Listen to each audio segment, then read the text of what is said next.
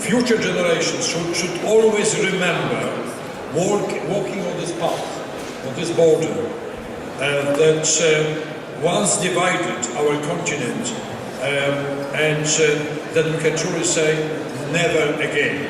And you know, colleagues, that our countries 20 years ago was liberated in different way, but in every time, every one country, people were who led. It was the same in the Berlin Wall, because people personally were hammering the wall, trying to destroy it. They had so much enthusiasm. And we can say that in all these places, Slovenia, Estonia, Charles Bridge in Prague, and as you said, Gdańsk shipyard and gate in front of it, and Brandenburger Tor, everywhere people were taking the events in their own hands.